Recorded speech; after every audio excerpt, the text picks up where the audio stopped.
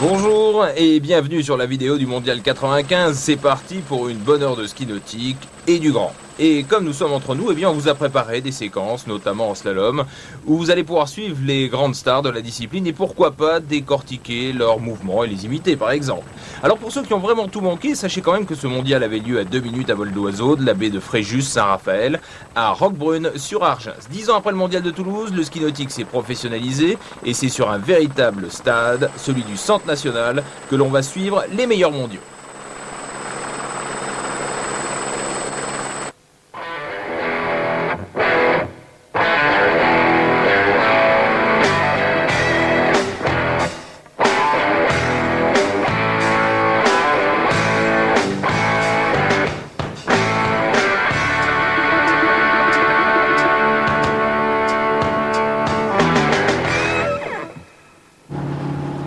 Premier objectif dans un mondial, maîtriser la pression et la peur pour passer le barrage des qualifications. Géraldine Jamin en éliminatoire figure va se contenter de 3730 points et ne sera pas en finale.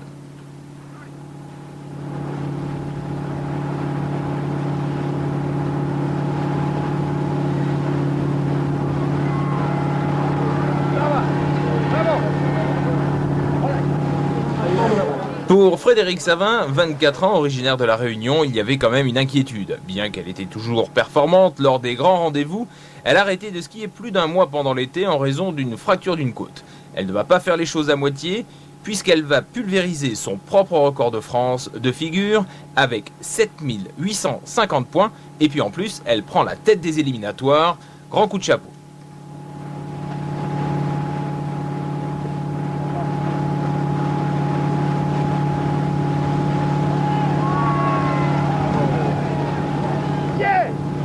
En figure, j'ai essayé d'assurer parce que d'abord je visais la finale en premier lieu et puis finalement en voulant assurer, tout s'est bien enchaîné et j'ai battu mon propre record.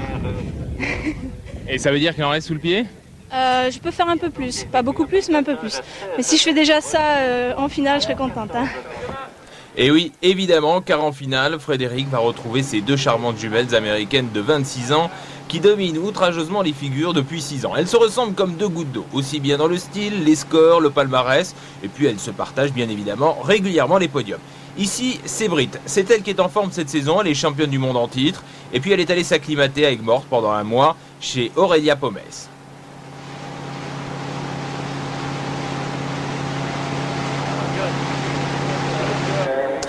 Rien à redire. L'autre, c'est Town. Celle qui est en train de partir, c'est elle qui détient le record du monde avec 8580 points. Avec un parcours corde au pied, vous allez le voir, déjà beaucoup plus rapide que celui de sa sœur. Sa sœur qui tremble toujours lorsqu'elle la regarde sur le ponton, réfugiée pour l'occasion dans les bras de Tanguy Bennett, son entraîneur.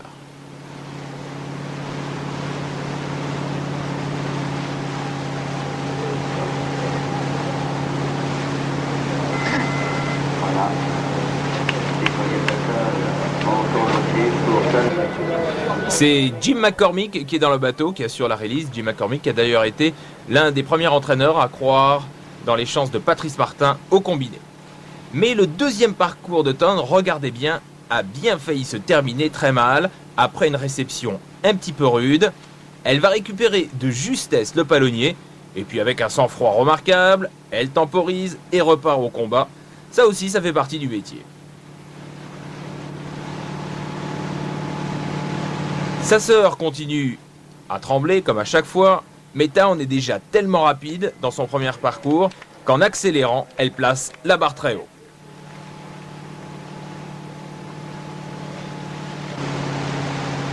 Et puis il y a des surprises comme Judith Messer. Judith Messer, eh bien, elle était tout simplement championne du monde de figure à Toulouse en 85 et on la connaissait sous le nom de Judy McClintock. Là, en plaçant le saut périlleux, eh bien, elle pousse le record canadien à 7000 points et puis surtout, elle prend beaucoup d'avance au combiné.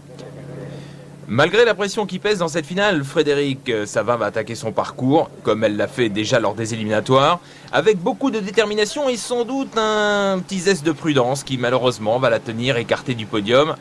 Mais on peut considérer vraiment que le contrat est largement rempli, puisqu'avec les éliminatoires, elle signe la meilleure performance de ce mondial. Dommage car après l'argent en 87, le bronze en 93, il y avait vraiment une place pour l'or et puis vu les circonstances c'est quand même très très bien. On peut souligner d'ailleurs tout le travail remarquable effectué par Harold Fage, son chiropracteur, qu'il a vraiment remis sur pied tout au long de cette saison.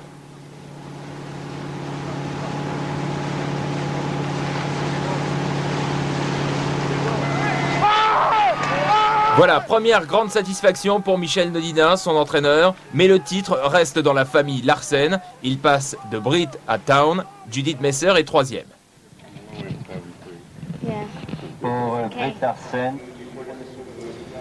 Voilà ce podium avec Frédéric Savin vraiment aux portes de ce podium. Ah, c'était vraiment superbe aujourd'hui, je me sentais très bien, l'eau était absolument parfaite. J'ai peut-être commencé très mal mon deuxième parcours, ensuite j'ai réagi, je ne pouvais pas en rester là. Et puis j'ai dit il faut y aller, j'y suis arrivé. Quelques mots de Tanguy Bennett maintenant.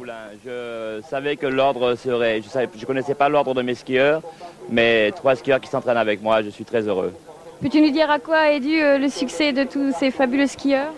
Ouais, de l'entraînement. L'entraînement et l'entraînement. Peut-être aussi une complicité entre leurs entraîneurs, enfin entre eux et toi, je veux dire. Non, je crois que l'entraîneur n'a rien à voir là-dedans. C'est un moral d'enfer qu'il faut. C'est beaucoup d'entraînement, beaucoup d'âpreté au travail sur l'eau et hors de l'eau d'ailleurs. Et ils sont merveilleux.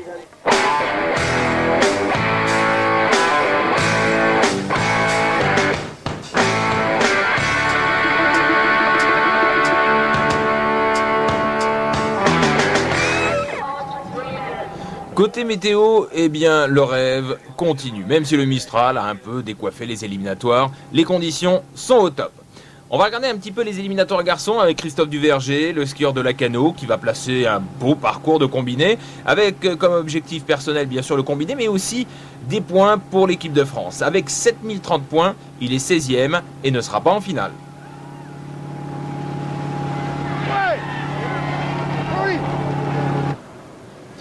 La grande énigme, c'est Patrice Martin. Il a tout gagné cette saison et il arrive au championnat d'Europe avec un moral d'enfer. Il y a un mois, il était inoxydable, mais c'est la chute bête au tremplin. Vraiment pas méchante, mais largement suffisante pour se luxer le coude. Vous allez voir dans quelques instants le profil de son bas droit, soutenu par son père, et vous aurez tout compris, il doit être opéré. Le fait qu'il ait une paralysie au niveau de sa main, et ça voulait donc dire qu'il avait une lésion de son nerf, ce qui est une lésion extrêmement grave. La deuxième chose, c'est que dès qu'on l'a sorti du plâtre, on s'est rendu compte que le bras repartait sur le côté et que le coude était donc instable. Il fallait l'opérer, il fallait ouvrir, c'est ce qu'on a fait en urgence. Et bien dans les suites, la rééducation a commencé et on a fait ensemble musculation, rééducation et tout ce qu'il fallait pour que les choses se passent bien et que Patrice soit présent maintenant. Et tout ça dans un délai de... Eh bien, ça fait moins de 3 semaines qu'il s'est luxé, ça fait moins de 12 jours qu'il a été réopéré pour la deuxième fois puisque son nerf était encore coincé. Regardez la fin de ce deuxième parcours qui se termine dans la douleur avec 9300 points, ahurissant compte tenu de l'état du bonhomme. Les nerfs vont ensuite lâcher, mais ça c'est normal.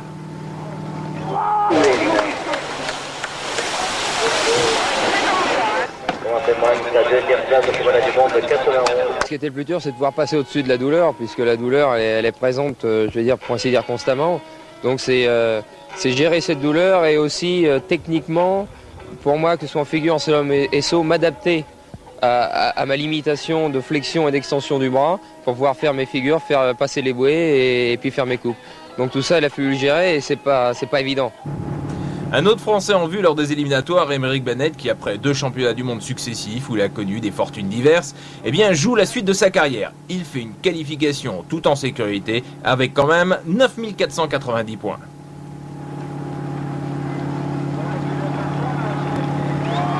Ben, je crois qu'il y a eu l'évolution surtout dans les sauts périlleux, puisque maintenant la plupart des grands skieurs en figure font 5 à 6 sauts périlleux dans leur parcours. Donc bien sûr c'est devenu beaucoup plus énergique et beaucoup plus sportif, disons, de faire des figures, et c'est pour ça qu'on a tendance à un peu passer du côté robuste plutôt que le côté tout maigre.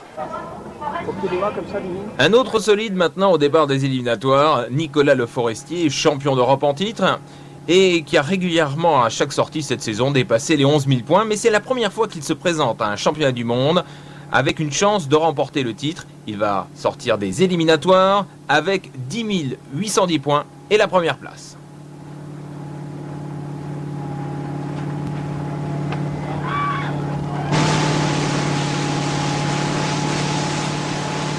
Nous passons maintenant au final avec l'américain Tori Baggiano, dont le titre à Singapour, n'avait pas vraiment convaincu.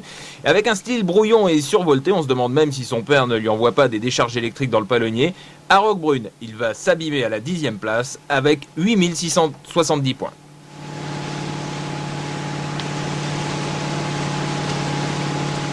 Cette œuvre d'art, tendance Vasarely Revival, est signée Joël Martin. C'est tout simplement le ski de figure de Patrice.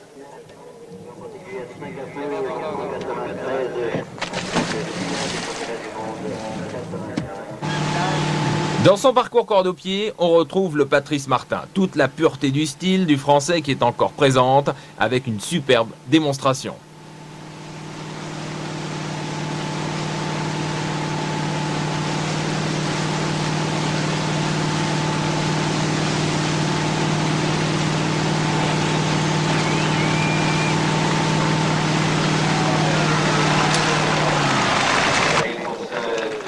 Joël, son père et son entraîneur encouragent Patrice parce qu'il sait très bien que maintenant c'est le plus dur qui reste à venir avec un parcours particulièrement douloureux. Et malgré la douleur, il va sortir ses tripes pour aller jusqu'au bout. Il va être obligé quand même de temporiser sur la fin, mais c'est quand même un nouvel exploit avec 9 610 points, la 6e place et surtout la conquête du combiné est repartie.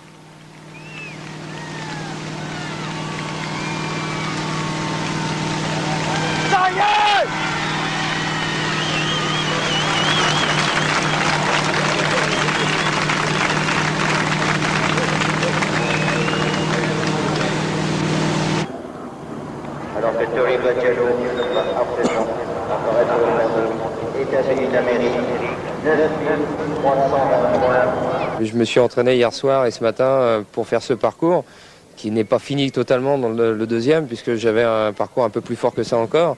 Mais je peux vous dire que jusqu'au saut périlleux, toutes les figures avant étaient douloureuses à l'entraînement. Et depuis ma chute hier en slalom, c'est vrai que j'ai beaucoup plus de douleur.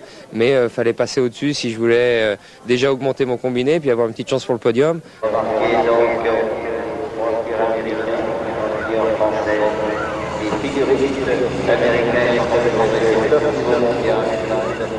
L'admiration est générale parmi le public, mais également parmi les skieurs.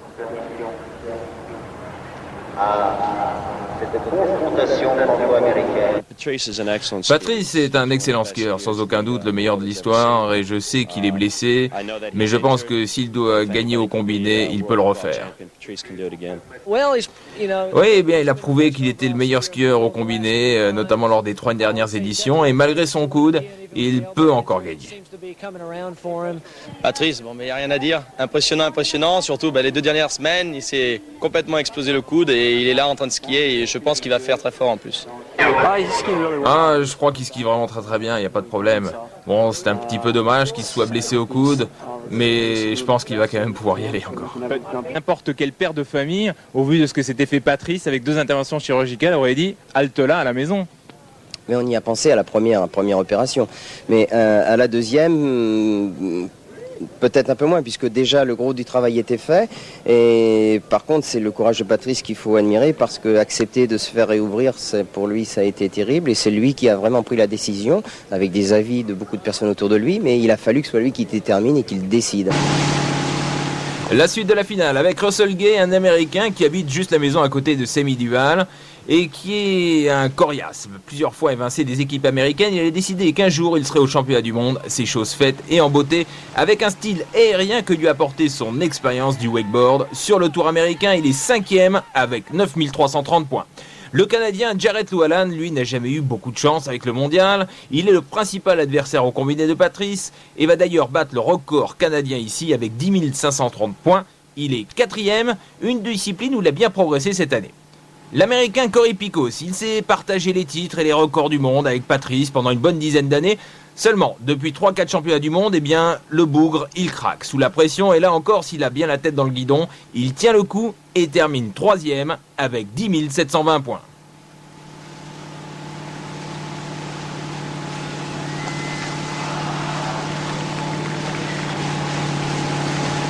Le plus dur reste à faire pour Nicolas Le Forestier, confirmé face à un jury où l'on a vu que les autres skieurs ne se font rien laisser passer. Son point fort, c'est ce premier parcours, avec une série de sauts périlleux bien musclés.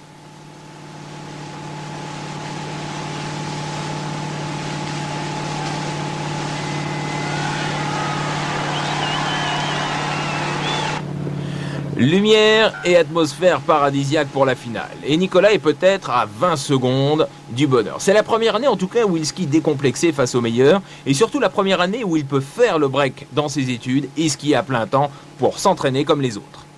Il va pourtant terminer second à 30 points seulement du premier avec un très beau parcours de 10 980 points. Mais après de longues minutes d'attente. Malgré la joie de son père, il n'est que second. Il reste Emeric Bennett, on a retrouvé sa trace à 17 ans en 89. Écoutez. Emeric Bennett, qu'est-ce qui a fait la différence techniquement par rapport à Patrice Martin? Il semblait avoir un deuxième parcours en main-main beaucoup plus poussé. Oui, c'est vrai que cette année, j'ai surtout insisté sur les mains en main dans mon entraînement. Mais je pense que dans les années à venir, je vais quand même renforcer mon parcours corde au pied afin de faire plus de points plus facilement. Il semblait, en vous regardant, que vous avez encore des figures sous le pied. Qu'est-ce qu'il en est exactement? C'est sûr que j'ai encore quelques figures sous le pied. Je pense que ça se verra dans les années à venir. Voilà, c'était en 89 à West Palm Beach, après son premier titre mondial. Effectivement, ça s'est vu très vite d'ailleurs, flirtant plusieurs fois avec le record du monde et les titres qui lui ont échappé pour des raisons, disons, de ponton, que purement sportives. Après ce titre de 89, il est obligé de signer quelque chose ici à Roquebrune. Il a gagné en maturité, en muscles, a épuré son parcours et va beaucoup plus vite qu'aux éliminatoires.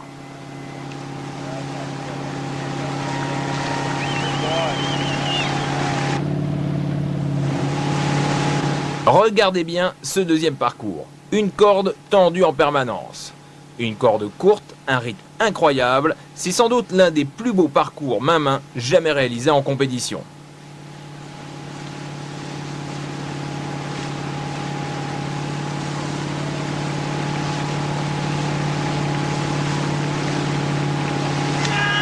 Superbe enchaînement avec la joie légitime de son frère et entraîneur Tanguy. Cette fois, le titre s'est joué à 30 points, à 11 010. C'est la première fois qu'un skieur passe les 11 000 points dans un championnat du monde. Michel Nodida, le capitaine de l'équipe de France, craque lui aussi. C'est une sacrée journée. C'est vrai que le niveau de la finale a été exceptionnel puisqu'on est tous les deux à 200-300 points du record du monde, ce qui est absolument incroyable. Et tous les autres skieurs sont juste à 200-300 points derrière nous, donc vraiment on n'a jamais vu une finale comme ça d'un championnat du monde. Cette année j'ai effectué mon service militaire au bataillon de Joinville, alors que les autres années j'ai passé mes 3 dernières années en classe prépa et que mes 3 prochaines années seront passées en école d'ingénieur. Ce qui fait que pour la première fois j'ai vraiment pu m'entraîner sur toute une saison et mettre au point un parcours plus difficile que j'aurai le temps de réaliser et de mettre au point.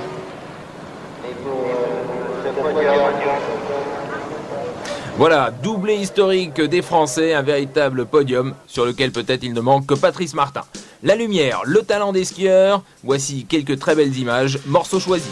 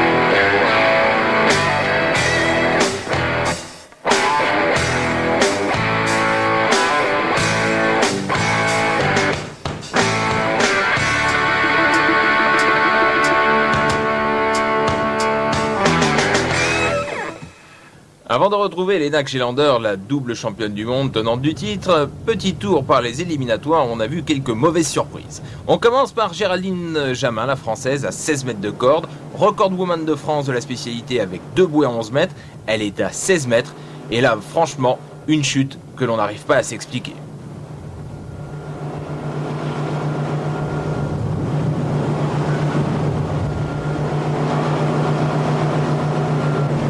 Même chose pour la Suissesse Kristina Mujiaska. Après des championnats d'Europe mi-figue mi-raisin, elle se retrouve ici à 13 mètres de longueur de corde. Elle aussi a une meilleure perf à 11 mètres. C'est la chute. Même les grandes stars ne sont pas à l'abri, à l'image de la Britannique Philippa Roberts, vainqueur du combiné de l'US Masters cette année. Elle est ici à 13 mètres de longueur de corde. Pour elle aussi, il n'y aura pas de finale.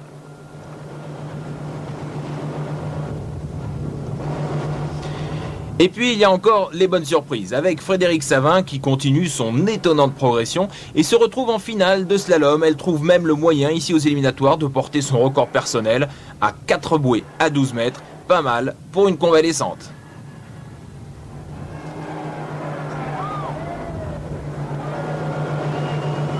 Comme j'avais mal aux côtes, j'ai repris surtout en figure en premier. J'ai repris le slalom la semaine dernière et j'ai pas eu le temps de reprendre le saut, c'est dommage pour le combiné. Alors ça veut dire que tu as à peine une semaine de slalom juste avant les championnats du monde et tu améliores ton record personnel.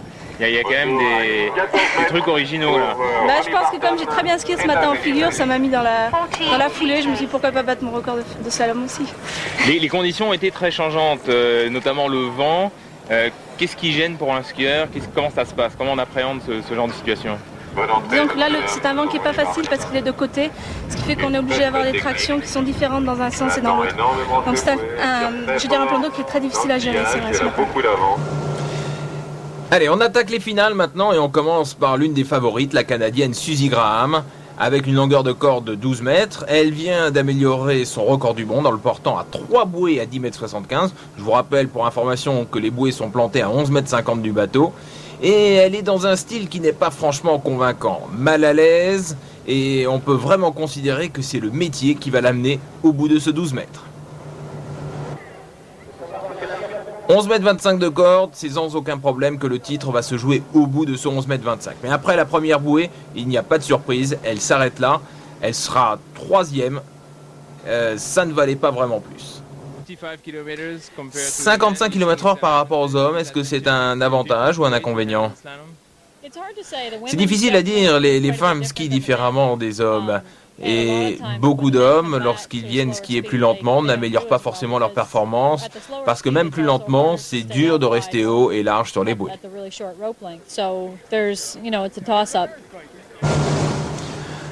L'américaine Christy Overton maintenant, la leader du Pro Tour américain, c'est autre chose. Regardez ce 12 mètres comparé à celui que vous venez de voir avec Suzy Graham, ça n'a absolument rien à voir. Une grande maîtrise de sa position, les hanches et le haut du buste toujours bien placés, c'est un véritable régal, très efficace.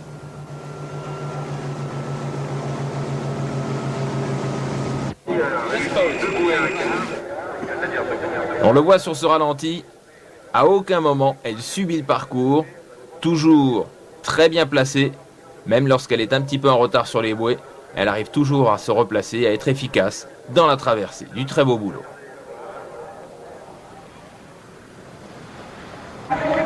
Et voici maintenant l'un des plus grands moments de ce mondial avec du grand art. Elle est à 11 mètres 25 de corde et elle va attaquer ce 11 mètres 25 de manière remarquable. Regardez, c'est presque encore plus efficace qu'à 12 mètres. À aucun moment, elle est en difficulté. C'est superbe.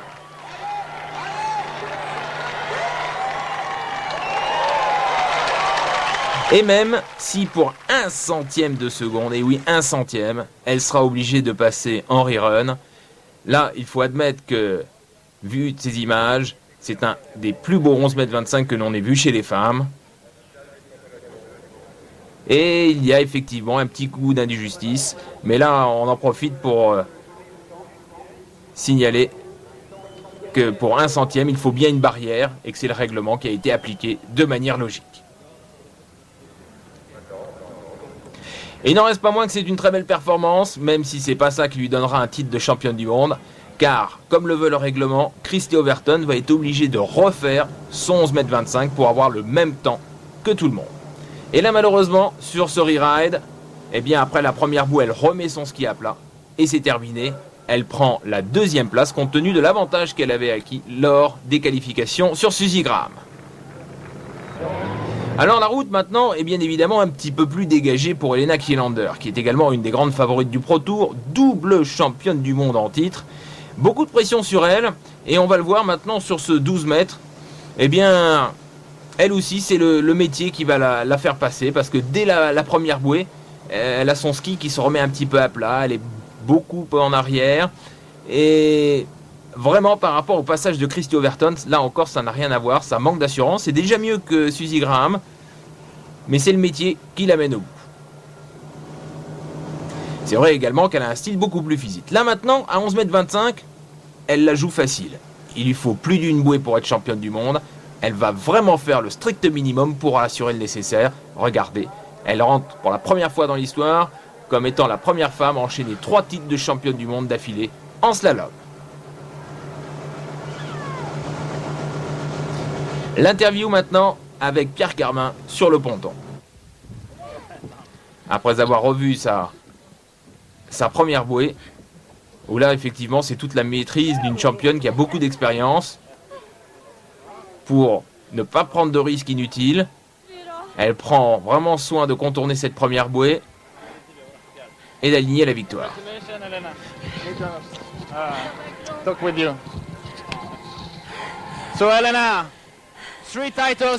Alors 3 titres d'affilée, bah j'en veux plus, c'est fini. C'était votre objectif pour ce championnat du monde? Bah écoutez, chaque jour depuis Singapour, j'y pense. Je savais que je pouvais le faire, mais là j'ai vraiment une saison incroyable et je suis tellement heureuse. Alors donc c'est vraiment votre tournoi le mondial, il n'y a aucun problème. Est-ce que c'est la dernière fois que l'on vous voit? Ben on va y réfléchir. Well, we're all really happy for you and we hope to see you again. Un podium sans surprise avec les 3 professionnels sur les 3 premières places et la championne d'Europe, Irene Rentschler, à la 5e place.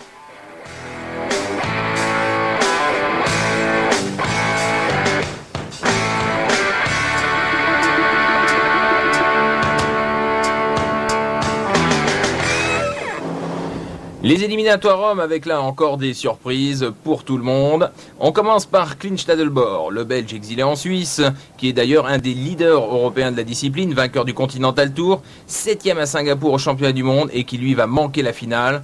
Après des championnats d'Europe ratés, ce n'est vraiment pas son année. Et puis il y a également Claude Pérez. Claude Pérez, là on se pose également la même question que pour Géraldine, ici à 13 mètres. Le Canadien Jarrett Llewellyn à 13 mètres, regardez, c'est là qu'il a perdu le combiné.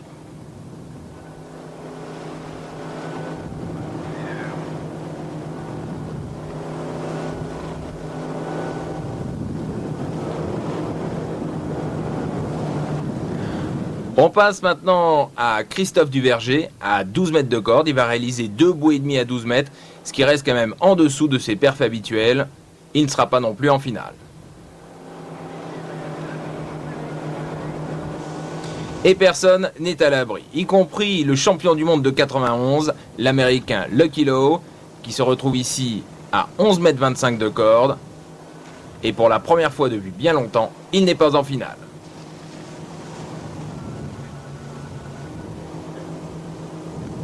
Patrice Martin maintenant. Et la question après les figures, est-ce que là, ça va encore tenir?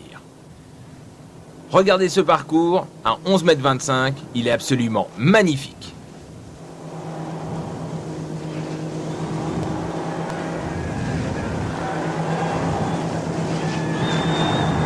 Du grand art et une petite secousse sur la porte de sortie. 10,75 m de corde maintenant. Là, ce sont surtout les points combinés qui commencent à se jouer parce que la qualification est d'ores et déjà acquise. Une première bouée parfaite, mais là, malheureusement, la douleur est trop forte. Il est obligé de lâcher. On en profite pour balancer un carton rouge au rerun répété de ce mondial. Car imaginez qu'un peu sur ce 10,75 m, Patrice était avec un temps trop rapide. Il faut quand même le faire. On voit d'ailleurs très bien sur ces images l'incapacité de Patrice de résister au choc très violent à 10,75 m de corde. Il remonte dans le bateau, il apprend qu'il a un rerun, c'est-à-dire que le temps est trop rapide et choisit bien évidemment de repartir car la fixation du combiné est toujours là. S'il y a moyen de gratter une bouée, il ne faut pas la laisser passer. Et Patrice est reparti. Voilà, il réussit à récupérer une bouée supplémentaire. Ce sont des points supplémentaires pour le combiné, bien évidemment. Chapeau. Aujourd'hui, bon, j'ai pris 11 mètres. À 11 mètres, j'avais très peu de douleur. Et c'est vrai qu'à 10, j'avais besoin d'aller loin, le plus loin possible. Et la première bouée à 10, ça a été, je vais dire, catastrophique pour moi parce que j'ai pas pu tenir. J'ai tenu le plus longtemps que j'ai pu, mais j'avais l'impression que le bras partait. Bon, il n'est pas parti. On retrouve maintenant plusieurs skieurs. Notamment, on ne le connaît pas beaucoup en Europe. Il s'agit de Steve Cockram, le néo-zélandais. C'est une des valeurs sûres du Pro Tour, avec un record personnel à 4 bouées à 10,75 m. Il va d'ailleurs rester longtemps en tête de la finale avec ses 4 bouées et demi à 11,25 m. C'est un skieur très solide que l'on verra encore dans les prochaines années.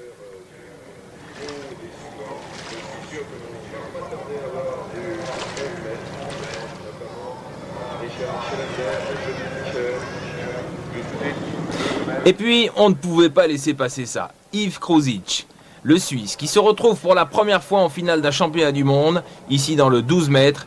Ce père de famille, à la trentaine bien porté, et banquier dans le civil, c'est un authentique amateur qui s'entraîne quand il peut le soir, à Bourg-en-Bresse notamment, à 1 heure de route de son travail à Genève. Un coup de chapeau très mérité parmi tous ces pros. Un style solide, plutôt agressif, et un record personnel avec 2 bouées à 10,75 m.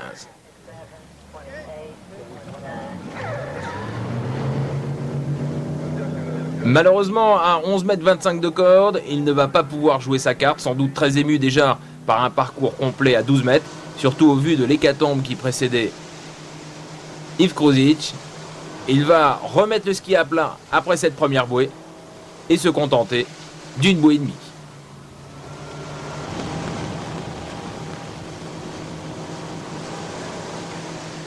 On passe maintenant à Carl Roberge, le Californien exilé en Floride à 12 mètres de corde, qui a réussi une superbe saison cette année sur le Pro Tour. Là également, c'est un passage pour le plaisir, avec un style qui s'est amélioré au fil des années pour Carl Roberge. Il se jette moins sur les bouées en avant, encore que là, on va le voir dans quelques instants, à 11 mètres de corde, il va reprendre un petit peu son péché mignon.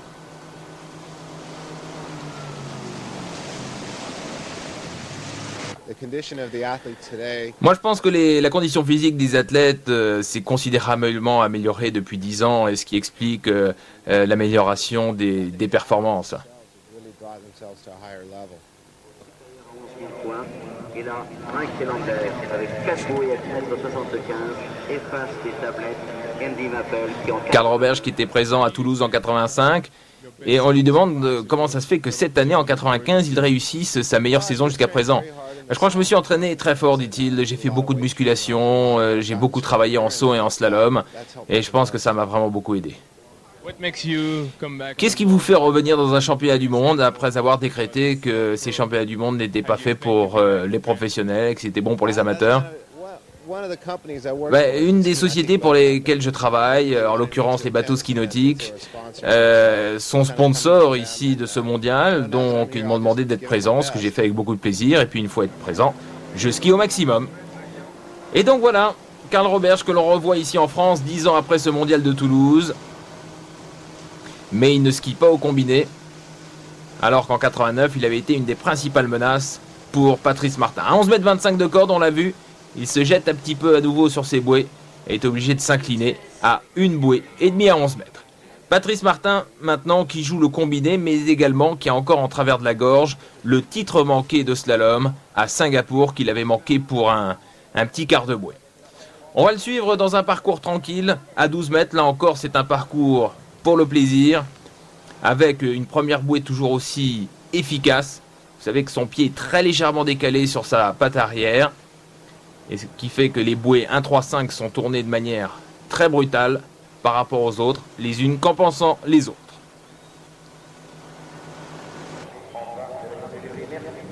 Et là, on a pu voir qu'à la fin de ce 12 mètres, il y a eu encore un choc assez violent sur son bras droit.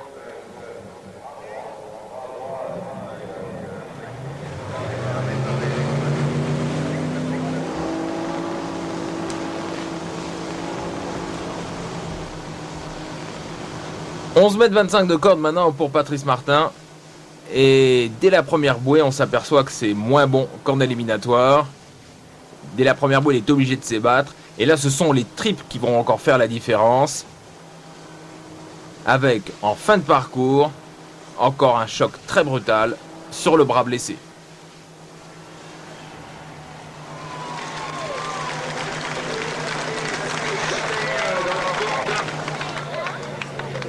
D'accord, la confirmation du temps. Et là, nous le voyons sur ce 11 mètres 25. Patrice en est sorti beaucoup plus à l'énergie qu'il n'avait pu le faire lors des éliminatoires où son parcours à 11 mètres avait été vraiment de toute beauté. Là, ce sont les tripes qui parlent encore une fois. Et l'expérience. Et puis surtout encore un choc très sérieux dans le bras à la sortie de la 6e bouée.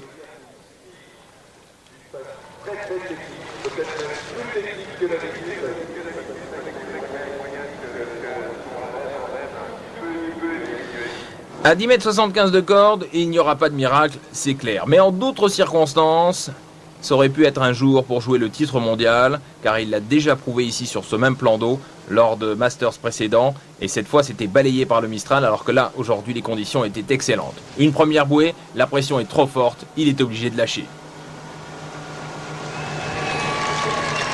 Nouvelle déception pour Patrice, car là, il pouvait vraiment jouer avec les meilleurs.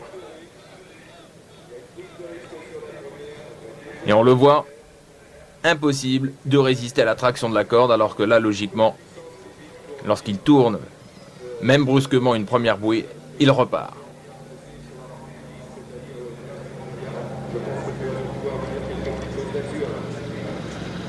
Ok Patrice, compte tenu de ta blessure, est-ce que tu penses avoir réussi ton objectif ? L'objectif, oui, puisque déjà le premier objectif c'était de participer au championnat du monde, d'être en finale c'était fantastique, d'être troisième après les éliminatoires en slalom c'était inespéré pour moi.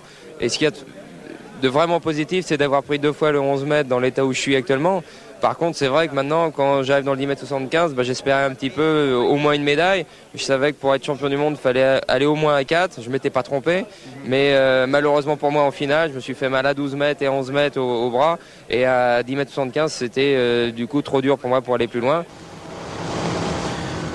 On va continuer à se faire plaisir maintenant en compagnie de Wade Cox. Wade Cox, l'américain, numéro 1 mondial cette année sur le tour professionnel, qui a réussi à détrôner l'indétrônable Andy Maple à 13 mètres. Regardez la facilité avec laquelle il se déplace. C'est monsieur propre, redoutablement efficace. Il skie sur un VTX H-Show, très placé en arrière dans sa position. On va le voir d'ailleurs dans quelques instants sur le ralenti. Une impression déroutante de facilité. Il est très très haut sur les bouées. C'est un remarquable skieur.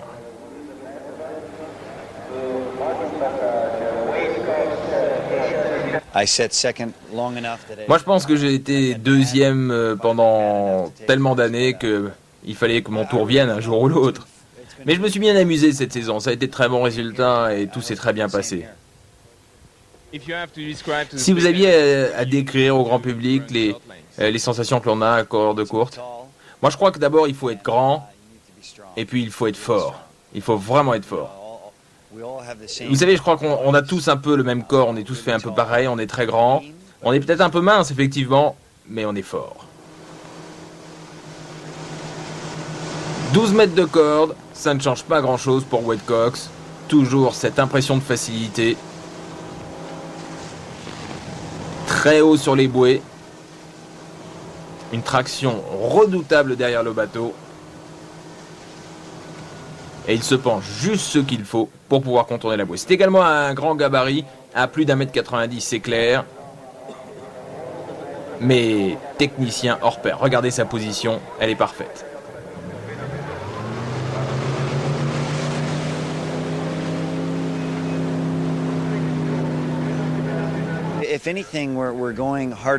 Moi je pense que on tape de plus en plus fort. Vous savez, nos skis deviennent sont de meilleure qualité. Je crois que c'est un peu comme en tennis ou en golf où on arrive à taper la balle de plus en plus fort maintenant. Bien, nous, c'est pareil, on se penche de plus en plus et on arrive à tirer de plus en plus fort grâce à ce matériel. Et on est maintenant capable de skier à corde très courte grâce à ça. 11,25 m de corde et ça pourrait être encore une promenade de santé. La seule chose, c'est qu'on a vraiment l'impression que là le bateau allait très très vite dans les tolérances très hautes. Ça a précipité un petit peu le mouvement de Wade Cox, mais il ne s'en démonte pas pour autant. Et ça reste un passage remarquable.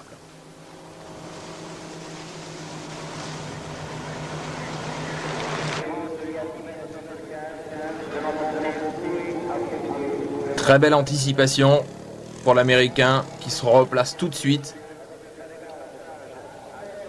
Il garde le palonnier très longtemps près du corps. Ça aussi, ça fait partie de la nouvelle génération de slalomeurs.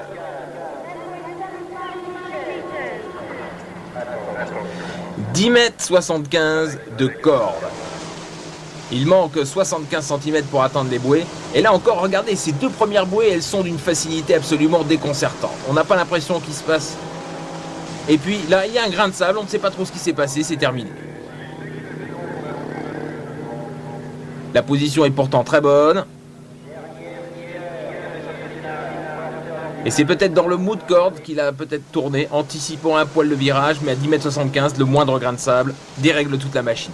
Regardez la différence avec ce géant suédois, Mike Schillander, le frère d'Helena, au style beaucoup plus brutal, et qui termine ce passage vraiment à l'énergie. Mike Schillander qui aura connu toutes les places dans un championnat du monde. Est-ce que vous pouvez dire aux spectateurs les sensations les plus excitantes que vous pouvez avoir dans la corde courte? Moi je crois que c'est l'accélération que l'on peut avoir d'un point à un autre. Et c'est quoi? On accélère vraiment à fond, en pleine vitesse au sillage, puis tout d'un coup on se met vraiment à ralentir pour enchaîner ensuite sur un virage et repartir de l'autre côté. Et plus on va à corde courte et plus c'est poignant.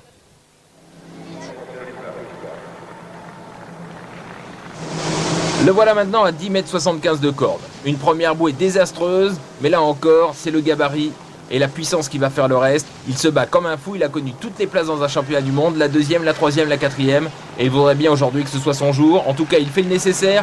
4 bouées à 10,75 m, on n'était jamais allé aussi loin dans un championnat du monde.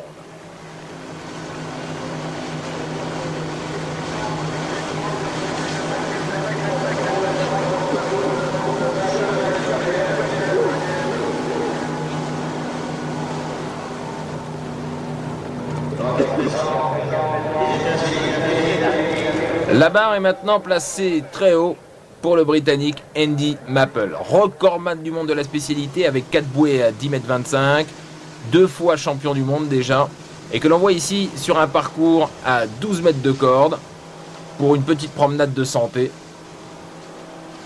Un style assez proche de celui de Wade Cox, peut-être un petit peu plus fléchi, mais rien à voir avec la puissance de Michael Schillander, c'est clair. Andy Maple, qui n'est que deuxième cette année sur le Pro Tour. Oui, vous savez, c'est un peu normal, je deviens déjà un petit peu plus vieux. Et puis surtout, je travaille beaucoup maintenant avec O'Brien dans le développement et le design des skis. Et donc je pense que je n'ai pas fait tout l'entraînement que j'aurais pu faire. Je pense que cette année n'a pas été entièrement dédiée à Andy Maple skieur, mais plutôt à Andy Maple dans la recherche, le développement. Et je pense qu'il y a des moments dans votre vie où il faut savoir faire des choix, commencer à regarder vers l'avenir, et c'est ce que j'ai fait cette année. Et c'est vrai que cette année, je n'ai peut-être pas eu l'entraînement que j'aurais pu avoir et les résultats que j'aurais pu mériter, mais qu'est-ce que vous voulez, c'est comme ça. D'autres ont très bien skié pendant ce temps-là.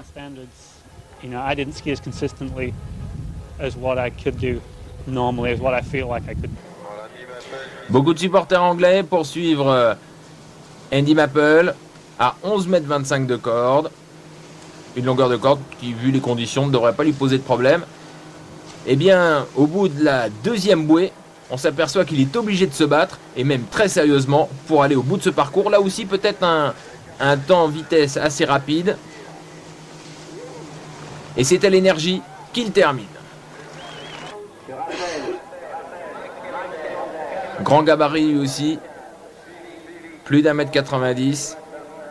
Et qui d'ailleurs, il y a quelques jours, a égalé à nouveau son record du monde avec 4 bouées à 10m25 dans une compétition en Floride.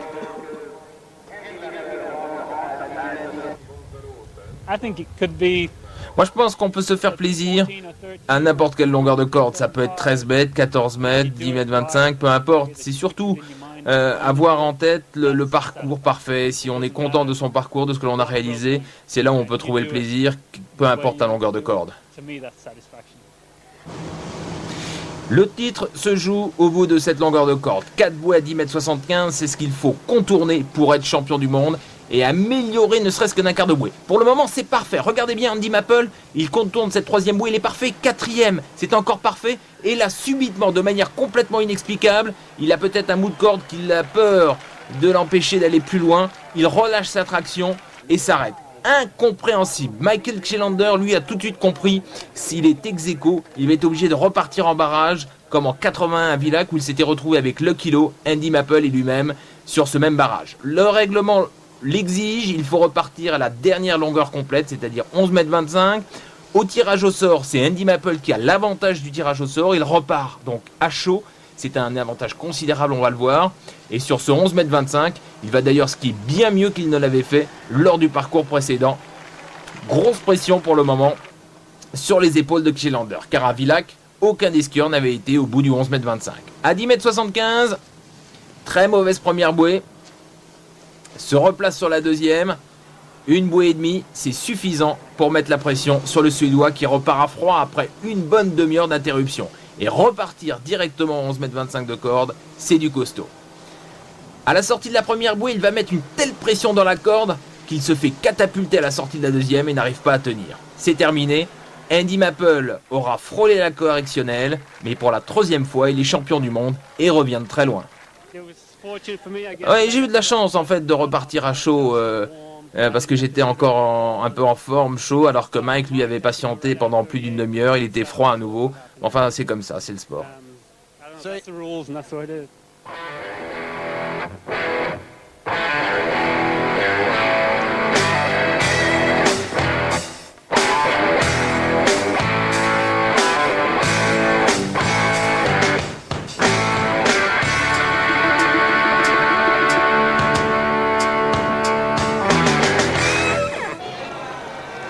Géraldine Jamin aura quand même fait une finale, celle de saut, avec 37,90 m. Elle est 10e et apporte encore des points à l'équipe de France. Mondial raté également pour l'américaine Roddy Barton, qui avait remporté l'US Masters au combiné il y a 2 ans, avec en prime une mauvaise chute ici, où elle s'en tire sans trop de bobos heureusement. Mais elle sera à suivre dans les prochaines années, c'est une future grande du combiné avec Frédéric Savin. Mondial raté également pour Britta Grebe, l'Autrichienne, vice-championne du monde en titre. Après un saut à 33,20, elle ne réussit que 40,30 m, elle n'est que 4e. Après, on passe à la pointure supérieure, avec une Sherry Sloan qui avait sauté 42,70 m juste avant. Emma Shears, l'Australien, pousse le bouchon un peu plus loin et réussit un bond de 43 mètres pour prendre la 2e place. Mais la jeune Brenda Nichols reste encore en course. Après un premier saut, elle aussi un peu mitigé, avec 36,70 m. Elle coupe beaucoup plus et va réussir 43,60 m. Elle remporte son premier titre majeur et ça risque de ne pas être terminé. Et chez les femmes, c'est Judy Messer qui gagne le combiné.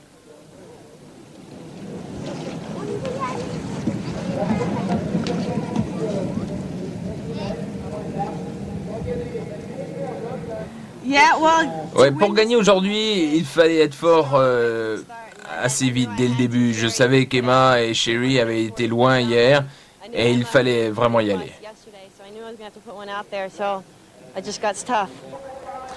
Voilà donc ce podium avec une déception pour Britta Grebe qui avait largement sa place parmi les 3 premières.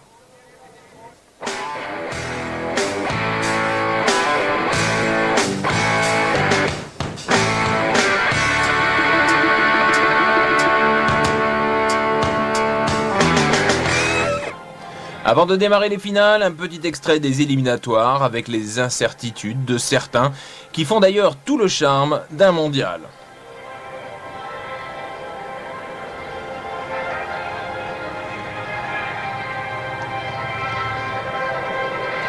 On reste d'ailleurs dans les éliminatoires qui a permis à Patrice Martin de remporter son championnat du monde au combiné. C'est important car il a quand même sauté 56,20 m, vous allez le voir, avec une sacrée marge de réserve. Et c'est important de montrer son saut car, bien évidemment, les finales ont été un peu brouillées par les chutes successives et le grand public n'a pas toujours compris ce qui s'était passé.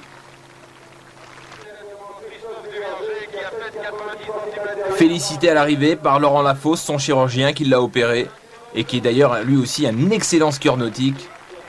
Patrice Martin qui aurait pu également peut-être jouer avec le podium. Il ne faut pas oublier qu'en fin de saison l'année dernière, il avait sauté à 2 reprises plus de 59 mètres.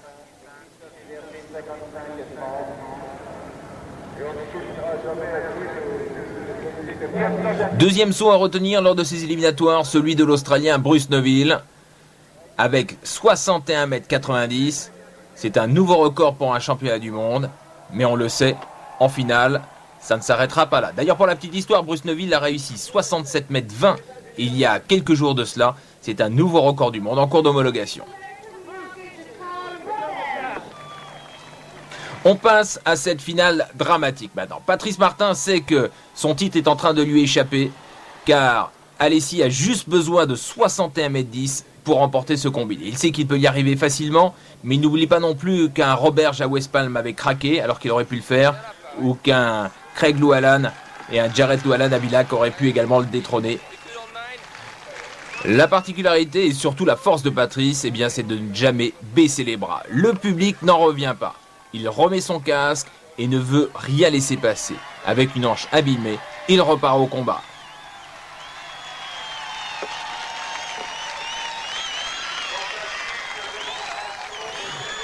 Deuxième essai, deuxième saut de la finale pour Patrice.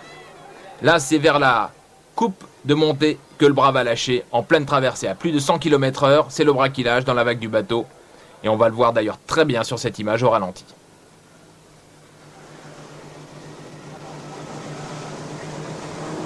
Le public retient son souffle et pour le dernier saut, heureusement que la chute a lieu avant le tremplin.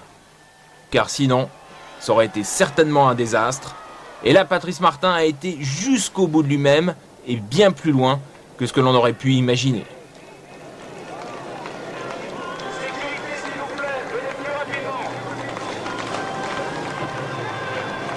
Et ce que la majorité du public justement n'a pas vu, ce que l'on vous a montré tout à l'heure, c'est le saut de 56 mètres lors des éliminatoires. Patrice termine épuisé dans les bras de son père. Mais ce que Patrice n'a pas vu, c'est qu'Alessi, depuis le début de l'après-midi, est décomposé par l'enjeu et la pression. Il est champion du monde en titre de saut, 61,10 m, c'est à ta portée. Il est champion d'Europe, champion du monde, il a sauté plus de 64 mètres cette saison, et pourtant, lui aussi, c'est le carton. Une chute terrible pour l'Italien, qui n'en est pas à sa première lui non plus. Et d'ailleurs, le médecin de la compétition va demander à examiner Andrea Alessi avant de le laisser repartir sur l'eau. Et pourtant, il va repartir sur l'eau, ça on ne le saura plus que plus tard, avec 2 côtes cassées. Et regardez avec 2 côtes cassées ce qu'il fait. Il réussit quand même 56,90 m. Lui aussi, c'est un sacré battant.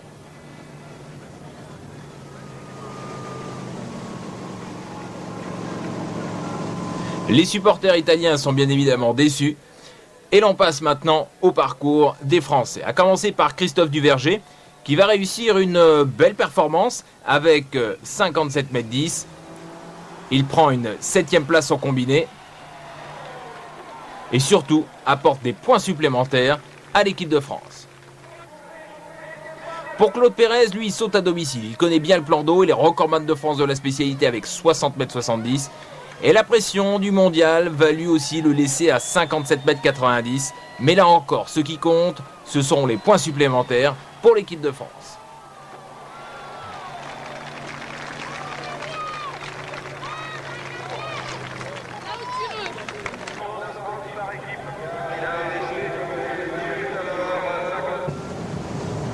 Jared Llewellyn, le Canadien, a encore une toute petite chance. Un exploit illusoire à plus de 65 mètres pourrait éventuellement le rapprocher de Patrice, mais là, il se contente de la 5e place avec 59 mètres 40. Pour l'Allemand Stefan Wild, après une très belle saison de saut, il termine 4e avec 59 mètres 50. Il faut dire que les 3 sauteurs qui le précéderont ne seront pratiquement pas accessibles. Aujourd'hui, on va le voir dans quelques instants. Stefan Wild, remarquable de puissance et une très belle place. Lui aussi, dans l'avenir, sera sur un podium. John Swanson, l'Américain, miraculé, broyé par un accident de la route il y a 2 ans. Il revient ici après un parcours exceptionnel, un saut de 61 mètres 10. Il est 3e, une des médailles les plus méritées de ce championnat du monde.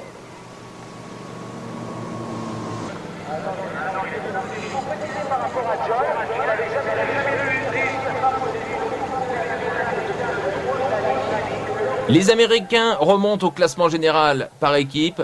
Les Français sont devant. Le suspense est intact. Karl Roberge, vainqueur du Pro Tour. Lui aussi va avoir une série de reruns qui vont un peu gêner sa progression. Il réalise 61 mètres 70. Il est second. Une médaille attendue de la part de l'Américain. Mais Karl Roberge ne pouvait pas faire grand-chose face à Bruce Neuville. L'Australien était vraiment dans son jour. Regardez ce premier saut. 61 mètres 20, un appel où les skis ripent un petit peu sur le tremplin. Il n'est pas très content. Qu'importe, vous allez le voir, le deuxième saut va être superbe. Encore une coupe plus tardive. Et là, avec une facilité déconcertante, il s'envole à 63 mètres 30.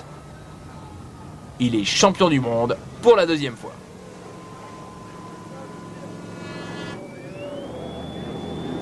Remarquable attitude de Bruce Neuville en bas du tremplin. Et étonnante facilité dans ce saut. Et bien sûr, nouveau record des championnats du monde avec 63-30. C'est incroyable, vous aviez l'air aujourd'hui d'être si sûr de gagner. Disons, c'est vrai que je sautais bien ici, j'étais bien confiant. J'étais confiant, mais les gars ont quand même envoyé très très fort. Il y avait du monde derrière.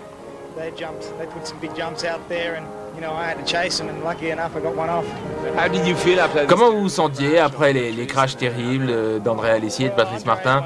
Andrea, ça m'a touché parce que c'est quand même, on est très très proches, c'est un des meilleurs skieurs au monde, on skie souvent ensemble. Et puis Patrice, lui aussi, il s'est donné à fond et puis il a sans doute dû être déçu, mais bon.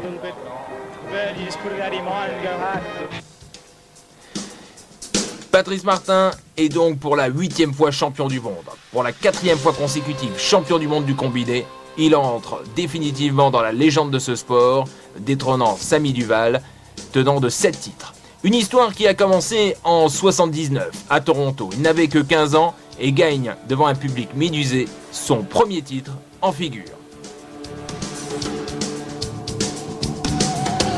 Le monde découvre Le Petit Prince, la légende démarre. 6 ans plus tard, on se retrouve à Toulouse en présence d'un athlète. Toulouse avec un parcours encore redoutable. Et cette fois-ci, il innove en plaçant pour la première fois dans un championnat du monde un saut périlleux.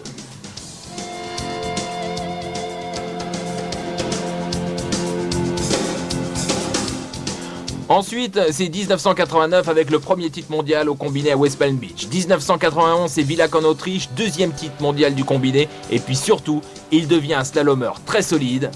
Et puis ensuite, c'est 1993. 1993 à Singapour avec le 3e titre d'affilée au combiné. Et puis surtout, il devient vice-champion du monde de slalom. Une carrière incroyable, un mondial insensé. Et pour la première fois, l'équipe de France interrompt 50 ans de domination nord-américaine en devenant championne du monde par équipe.